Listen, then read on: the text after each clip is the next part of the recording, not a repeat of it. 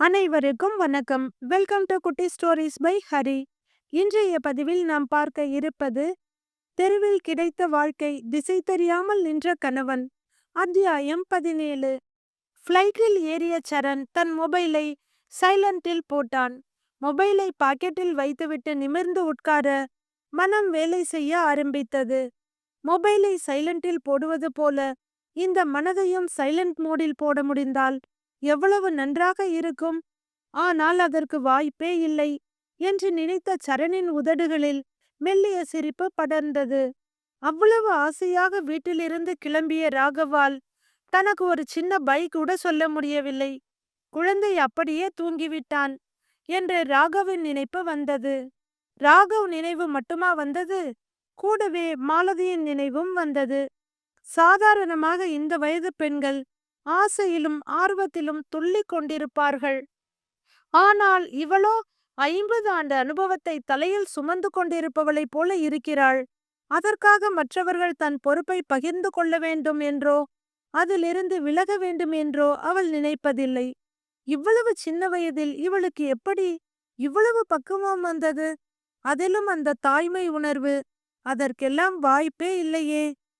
ராகவ் மாலதியின் தோளில் படுத்து தூங்கும்போதுதானே சரண் தன் மகனை தடவி கொடுத்தான். அவன் உடல் எவ்வளவு ரிலாக்ஸாக இருந்தது. மிகவும் பாதுகாப்பாக இருக்கிறோம் என்ற உணர்வு வராதவரை உடலில் அந்த தளர்ச்சி வராது. என்னிடம் கூட ராகவ் அவ்வளவு பாதுகாப்பாக உணர்ந்த மாதிரி தெரியவில்லை. மாலதியை ராகவ் முழுமையாக ஏற்றுக்கொண்டான். அப்பாவுக்கும் மாலதியை பிடித்திருக்கிறது.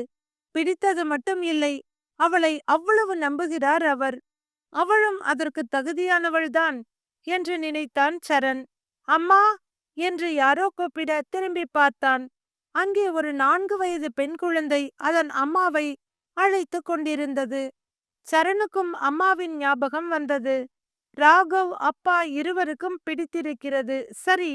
ஆனால் அம்மா, அவரை பொறுத்தவரை எல்லோரும் நிம்மதியாக சந்தோஷமாக இருக்க வேண்டும், அவ்வளவுதான். எனக்கு பிடித்திருக்கிறது என்று தெரிந்தால் அம்மா கட்டாயம் எந்த தடையும் சொல்லப் போவதில்லை. அடுத்து சௌந்தர்யா, அவள் சின்ன பெண். சொல்ல போனால் ஆரம்பத்தில் மாலதிக்காக அவள்தான் மிகவும் பரிந்து பேசினாள். அதனால் அவளுக்கும் மாலதிக்கும் பிடித்திருக்கும் என்றுதான் தோன்றுகிறது. தாத்தா பாட்டி இதுவரை மாலதியை பார்த்ததில்லை. பார்த்தால் கண்டிப்பாக அவர்களுக்கும் பிடிக்கும். வயதானாலும் அவர்களுக்கு பழைய கட்டுப்பெட்டித்தனமெல்லாம் கிடையாது. ஒரு பெண்ணின் உண்மையான நிலையை புரிந்து கொள்வார்கள். மாலதிக்கு ஏற்கனவே திருமணமாகி இருக்கிறது என்பதற்காக மறுக்க மாட்டார்கள். ஏனென்றால் என் நிலையும் அதுதானே. அது சரி, அவர்களுக்கு பிடிக்க வேண்டும், இவர்களுக்கு பிடிக்க வேண்டும் என்று நினைக்கிறேனே. முதலில் என்னை மாலதிக்கு பிடிக்க வேண்டுமே. என்னை பிடிக்குமா அவளுக்கு என்று யோசித்தவனுக்கு உறுதியாக எந்த பதிலும் தெரியவில்லை. குழப்பத்தில் கண்களை மூடியவன் அப்படியே தூங்கிவிட்டான். சரண் சொன்ன ஐ மிஸ் யூ மாலதியிடம் எந்த பாதிப்பையும் ஏற்படுத்தவில்லை. ஏனென்றால் அவன் அதை பொதுவாகத்தான் சொல்லியிருப்பான் என்று முடிவெடுத்ததால் அதை பற்றி யோசிக்காமல் அடுத்தடுத்த வேலைகளை பார்க்க ஆரம்பித்தாள்.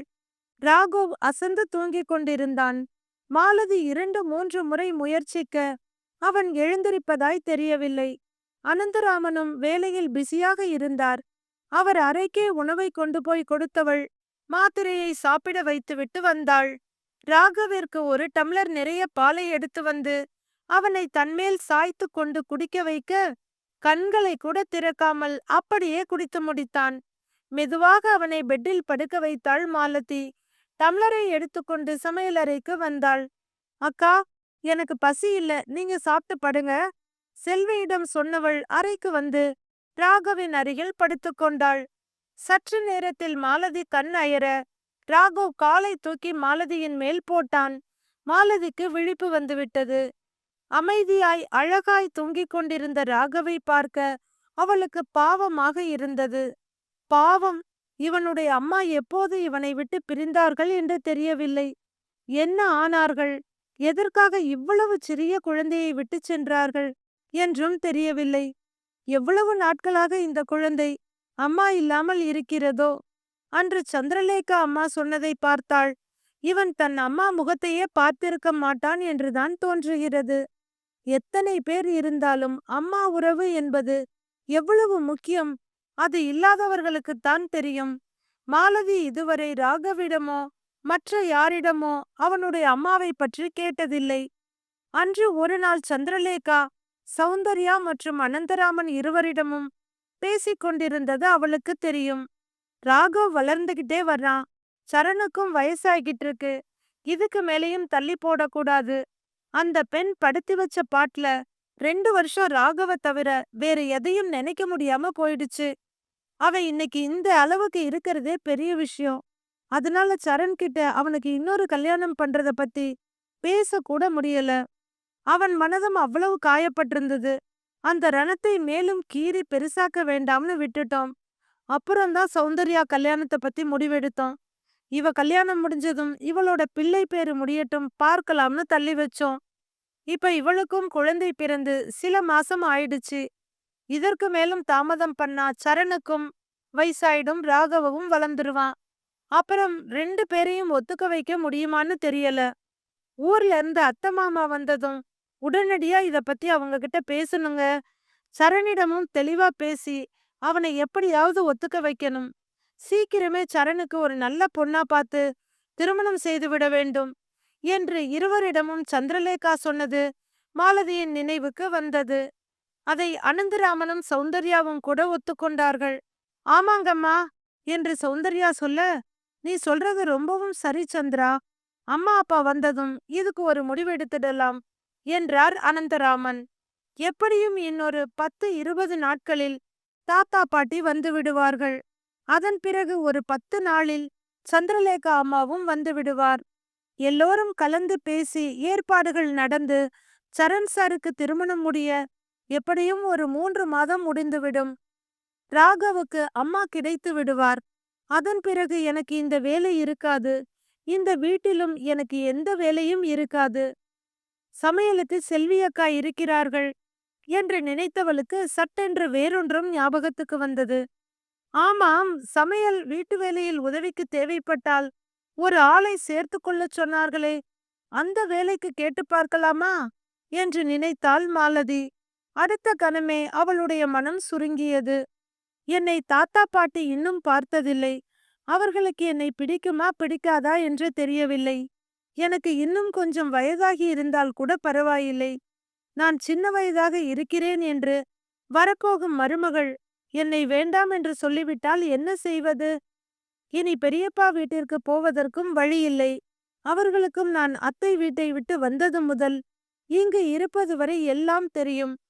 இங்கேயே ஏதாவது ஒரு வேலை கிடைத்தால் கூட ராகவை பார்த்து கொண்டு ஒரு ஓரமாக இருந்து கொள்ளலாம். மற்றவர்களை பற்றி பிரச்சனை இல்லை. ஆனால் தாத்தா பாட்டிக்கோ இல்லை வரப்போகும் மருமகளுக்கோ என்னை பிடிக்காவிட்டால் இங்கிருந்து போய்தானே ஆக வேண்டும். அதன் பிறகு என்ன செய்வது என்று யோசித்து அவளுக்கு ஒரே திகைப்பாக இருந்தது. எதையோ யோசித்து ஒன்றும் திருப்திப்படாமல் போகவே, சரி, எல்லாவற்றையும் கடவுள் பார்த்து கொள்வார். இவர்கள் எல்லோரும் நல்ல மனிதர்கள். எப்படியோ போ என்று என்னை அப்படியே தெருவில் விட்டுவிட மாட்டார்கள். அதற்கு மேல் ஆண்டவன் விட்ட வழி என்று நினைத்த மாலதி ராகவை கட்டிக்கொண்டு அப்படியே தூங்கி போனாள். காலையில் ராகவ் விரைவாகவே எழுந்து விட்டான். எழுந்தவன் உடனே அப்பாவை பார்க்க வேண்டும் என்று மாடிக்கு ஓட, மாலதியும் அவனை கூப்பிட்டு கொண்டே அவன் பின்னே ஓடினாள். ராகவ் கதவை தொட்டதும் அது திறந்து கொண்டது. உள்ளே போய் தேடியவன், மாலதி, அப்பா எங்க என்றான். ராகவ், அப்பா உன்னோட பெரிய தாத்தா பாட்டிய கூட்டிட்டு வர போயிருக்காரு. சீக்கிரமே வந்துடுவாங்க. அது வரைக்கும் நீ சமத்தா இருக்கணும் என்று சொல்ல, குழந்தை அப்படியே கீழே உட்கார்ந்து அழ ஆரம்பித்து விட்டான். மாலதி அவனை சமாதானப்படுத்த மடியில் தூக்கி வைத்து கொண்டாள். ஃபர்ஸ்ட் பெரிய தாத்தாவும் பெரிய பாட்டியும் ஊருக்கு போனாங்க. சீக்கிரமே வந்துருவேன்னு சொன்னாங்க. ஆனா இன்னும் வரல. அப்புறம் அத்தை, மித்ரா, சந்திரா பாட்டி எல்லாரும் ஊருக்கு போனாங்க. அவங்களும் வரல. இப்ப அப்பாவும் ஊருக்கு போயிருக்காருன்னு சொல்ற. எல்லாரும் எப்பதான் வருவாங்க மாலதி? நீயும் என்னை விட்டுட்டு ஊருக்கு போயிருவியா என்று தேம்பி தேம்பி அழ ஆரம்பித்தான் ராகவ். இல்ல ராகவ், நான் எங்கேயும் போக மாட்டேன்டா கண்ணா. அழாதுடா செல்லம். இங்க பாரு, நான் உன் கூடவே தானே இருக்கேன். உன்னை விட்டுட்டு கண்டிப்பா எங்கேயும் போக மாட்டேன் என்றாள் மாலதி. ஓஹோ, நான் இத நம்ப மாட்டேன். இப்படியே ஒவ்வொருத்தரா ஊருக்கு போய்க்கிட்டே இருக்காங்க. யாரும் வர்றதே இல்ல. என்னையும் அனந்த தாத்தாவையும் விட்டுட்டு எல்லாரும் ஊருக்கு போறாங்க என்று அழுது கொண்டிருக்கும் ராகவை எப்படி சமாதானம் செய்வது என்று தெரியவில்லை மாலதிக்கு. ஏதேதோ சொல்லி பார்த்தாள். குழந்தை சமாதானமாவதாக தெரியவில்லை. இதோ பாரு ராகவ், என் செல்லம்ல, அழாதடா கண்ணா. நம்ம 2 பேரும் கீழே போகலாம். நீ குளிச்சுட்டு ஸ்கூல் போகணும் இல்லையா? உன் ஃப்ரெண்ட்ஸ் எல்லாம் உனக்காக காத்திருப்பாங்களே என்று அவன் மனதை மாற்ற முயற்சி செய்தாள் மாலதி. நேத்து நான் தூங்கின உடனே என்னை விட்டுட்டு அப்பா போயிட்டாரு. அதே மாதிரி நான் ஸ்கூல் போன உடனேயே நீயும் போகலான்னு பாக்குறியா மாலதி என்று அழுதான் ராகவ். ராகவ் செல்லம், எல்லாரும் சீக்கிரமே வந்துருவாங்க. நீ வேணா பாரேன் என்று மாலதி சொல்ல, அப்படின்னா அவங்க எல்லாம் வந்த உடனே நீ ஊருக்கு போவியா என்று மடக்கினான் ராகவ். இல்ல ராகவ், எனக்கு எந்த ஊரும் இல்ல. நான் உன்னை விட்டு எங்கேயும் போக மாட்டேன்டா செல்லம் என்று மாலதி கொஞ்சலாக சொல்ல, சரி, நீ சொன்னது நிஜம்னா என்னை விட்டு போக மாட்டேன்னு ப்ராமிஸ் பண்ணு என்று ராகவ் தன் பிஞ்சு கைகளை நீட்டினான். மாலதிக்கு என்ன செய்வது என்று தெரியவில்லை. ராகவின் கண்களை துடைத்து விட அவள் கையை பிடித்து கொண்டான் ராகவ். ப்ராமிஸ் பண்ணு மாலதி என்று அவன் அழுது கொண்டே கேட்க, அவனை சமாதானப்படுத்த வேறு எந்த வழியும் இருப்பதாக தெரியவில்லை. இந்த சின்ன விஷயத்துக்காக ஐயாவை தொந்தரவு செய்ய வேண்டாம் என்று நினைத்தாள். நேற்று இரவு அவள் நினைத்தது எல்லாம் மீண்டும் மனதில் வந்தது. அவர்கள் போகச் சொன்னால் நான் போய்த்தானே ஆக வேண்டும் ராகவ். மனதில் தோன்றியதை எப்படி அந்த பிஞ்சு குழந்தையிடம் சொல்ல முடியும்?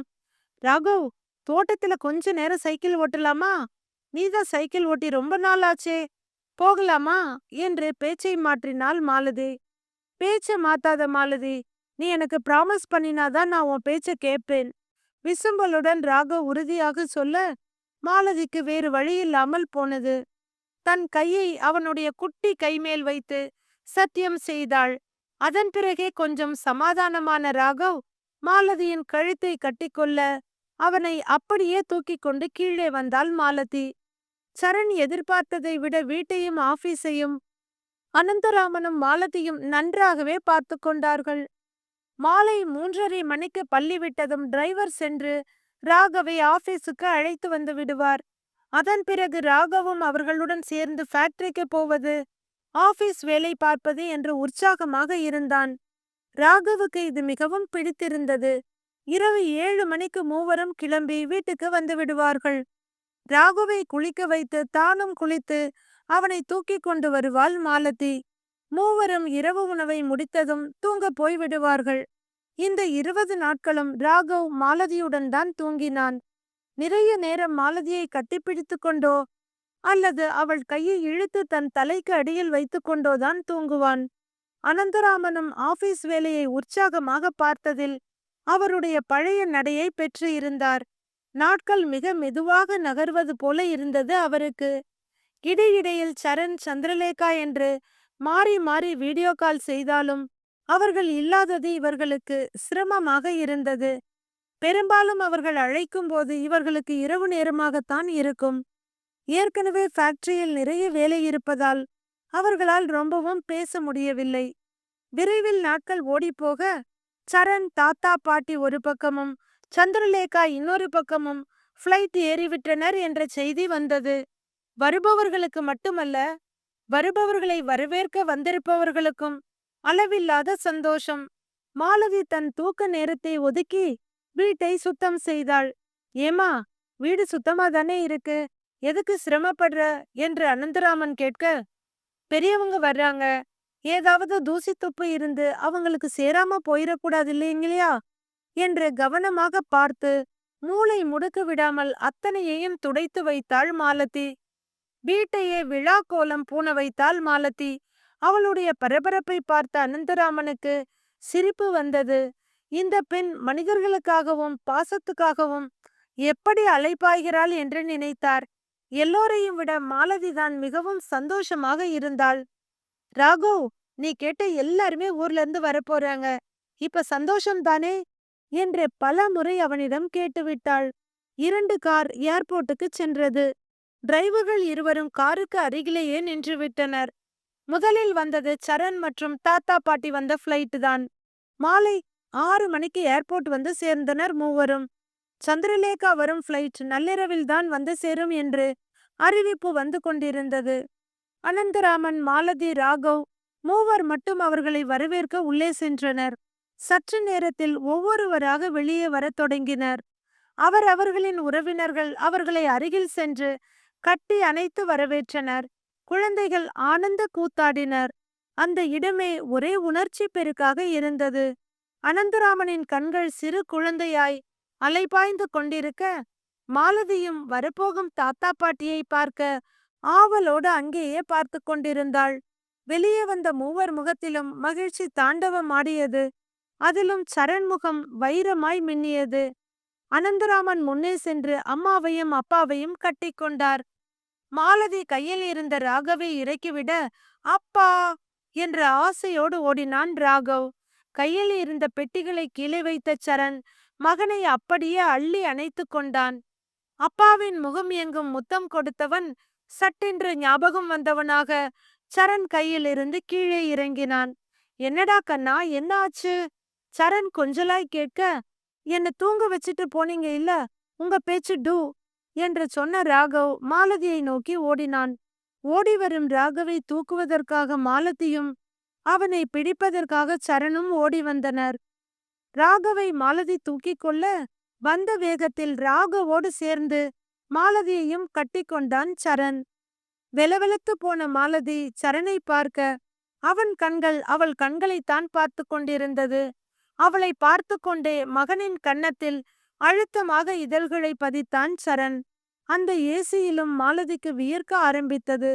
சார், எங்களை விடுங்க என்று அவள் மெதுவாகச் சொல்ல சிரித்துக்கொண்டே கைகளை விலக்கினான் சரண். நடுங்கிக் கொண்டிருந்த உடலை சற்று திடப்படுத்திக் கொண்டாள் மாலதி. கையில் இருந்த ராகவை எங்கே கீழே விட்டுவிடுவோமோ என்ற பயம் அவளுக்கு.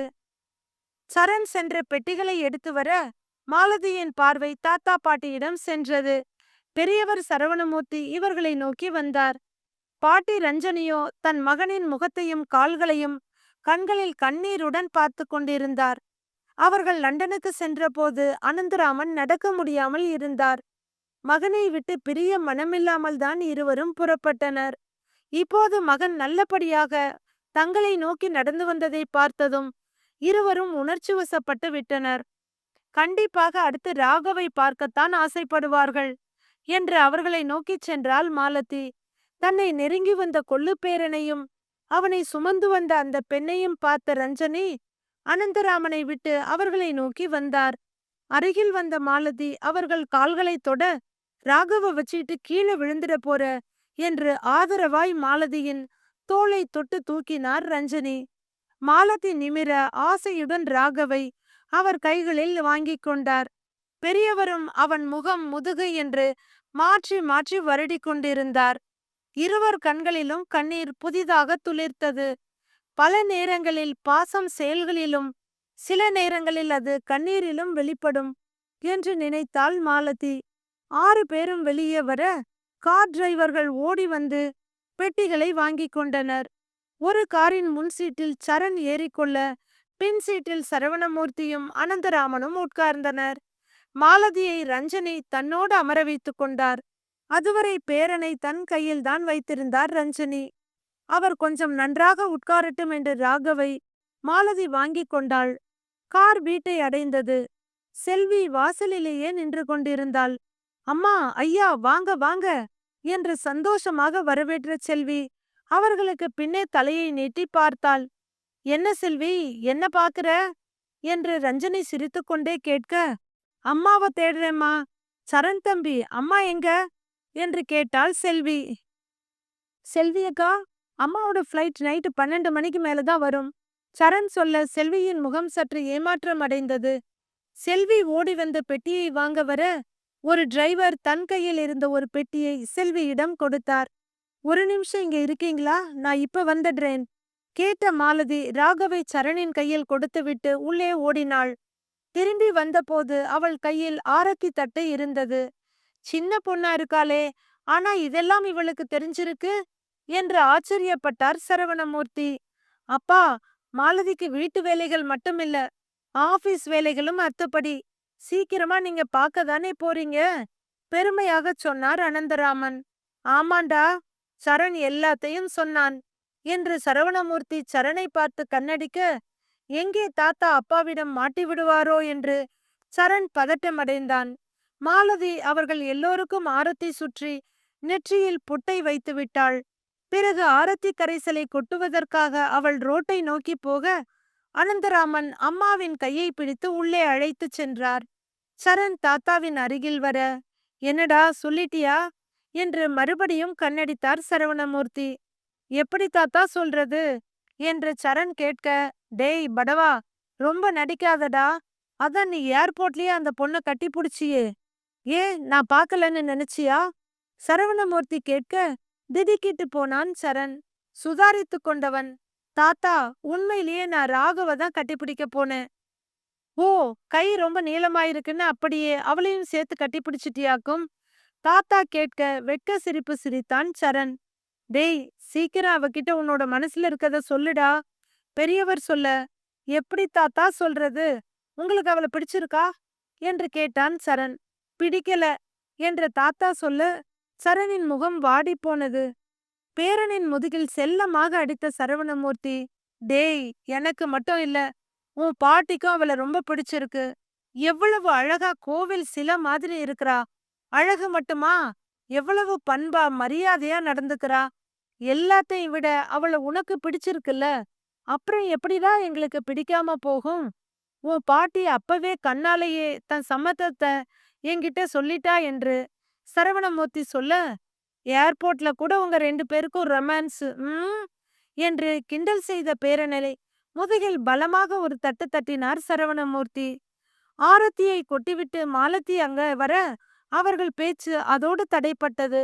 எல்லோரும் உள்ளே வந்தனர். குளித்து உடைமாற்றி ஹாலுக்கு வந்தவர்கள் பேசிக் கொண்டிருக்க, மாலதி செல்விக்கு உதவி செய்ய போய்விட்டாள். 8 மணிக்கு இரவு உணவை முடித்துக்கொண்டு எல்லோரும் தூங்க கிளம்பிவிட்டனர். இன்னைக்கு ராகவ் எங்க கூட தூங்கட்டும், சரியா மாலதி என்று ரஞ்சனி கேட்க, அம்மா, என்ன கேள்வி இது? உங்க பேரப்பிள்ளைய நீங்க தாராளமா கூட்டிட்டு போங்க என்றாள் மாலதி. மாலதி, நான் பெரிய தாத்தா பாட்டிக்கு நிறைய கதை சொல்லணும், அவங்கள தூங்க வச்சுட்டு வந்துடுறேன் என்று ராகவ் சொல்ல கலகலவென்று சிரித்து விட்டாள் மாலதி. இதுவரை மாலதி சிரித்து சரண் பார்த்ததே இல்லை. அவள் சிரிப்பை பார்த்தவன் அப்படியே மெய்மறந்து போனான். அரிசியை எடுத்து கோர்த்து வைத்தது போல அழகான பற்கள், இள ரோஸ் நிற ஈறுகள் தெரிய அவள் சிரிக்க, திரும்பி பார்த்த ராகவ் ஓடி வந்து அவளை குனியச் சொன்னான். எதற்கு என்று புருவ தூக்கலுடன் மாலதி குனிய, அவள் கன்னத்தில் முத்தமிட்டவன் பாட்டியிடம் ஓடினான். எல்லோரும் அவரவர் அறைக்குச் செல்ல மாலதியும் அறைக்கு திரும்பினாள். உள்ளே வந்த அவளுக்கு என்னவோ போல இருந்தது. இத்தனை நாட்களாக ராகவ் அவளுடன் தூங்கினான். இன்று அவன் இல்லாமல் அது வேறு இடம் போல தோன்றியது மாலதிக்கு. வேறு வழியில்லை. பாலைவன பசுமையாய் இத்தனை நாள் நம் வறண்ட வாழ்க்கையில் ஜீவனாய் அந்த குழந்தை நம்முடன் இருந்தது. இப்போது அவனுடைய தாத்தா பாட்டி வந்துவிட்டார்கள். இன்னும் கொஞ்ச நாளில் அவனுக்கு அம்மாவும் வந்து விடுவார்கள். அதனால் இதையெல்லாம் தாங்கும் சக்தியை வளர்த்து கொள்ளத்தான் வேண்டும். மனதை தேற்றிக் கொண்டவள் கட்டிலில் படுக்க, அவள் கண்கள் தானாக ராகவ் படுக்கும் இடத்தையே பார்த்தது. கஷ்டப்பட்டு அவள் கண்களை மூட தூக்கம் வரவில்லை. கண்களில் கண்ணீர் தான் வந்தது. எழுந்து அமர்ந்து கண்களை துடைக்க அவளுடைய போன் ஒலித்தது. போனா? எனக்கா?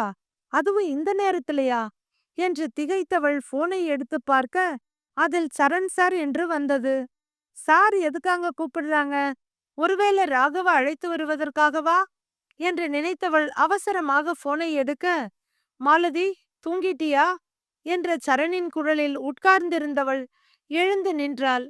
இன்னும் இல்லங்க சார் என்று சொல்ல, மாலதி, அம்மாவை கூட்டிட்டு வரணும், அவங்களுக்கு எல்லாம் வசதியா இருக்கும், ரெஸ்ட் எடுக்கட்டும், நாம போய் கூட்டிட்டு வரலாமா என்று கேட்க, ஆம், சந்திரலேகா அம்மாவை அழைத்து வர வேண்டும் என்று நினைத்தவள், போகலாம் சார் என்றாள். என்ன மாலதி, ராகவ மிஸ் பண்றியா? சரணின் கேள்வி அவளை தூக்கி வாரி போட்டது. சுற்றும் முற்றும் பார்த்தாள். இல்லைங்க சார் என்று தடுமாற, அதான் குரல்லையே தெரியுதே, போய் முகத்தை கழுவிட்டு ரெடியாகி வா, ஏர்போர்ட்டுக்கு போகலாம் என்றான் சரண். குளியல் அறைக்கு சென்ற மாலதி முகத்தை சோப்பு போட்டு கழுவி துடைத்து பொட்டை சரி செய்து கொண்டு வெளியே வந்தாள். ஹாலில் கார் சாவியுடன் அவளுக்காக காத்திருந்தான் சரண். தொடரும். கதையை படித்த கேட்ட அனைவருக்கும் நன்றி. கதை பிடித்திருந்தால் லைக் செய்து நமது சேனலை சப்ஸ்கிரைப் செய்து கொள்ளுங்கள். நன்றி, வணக்கம்.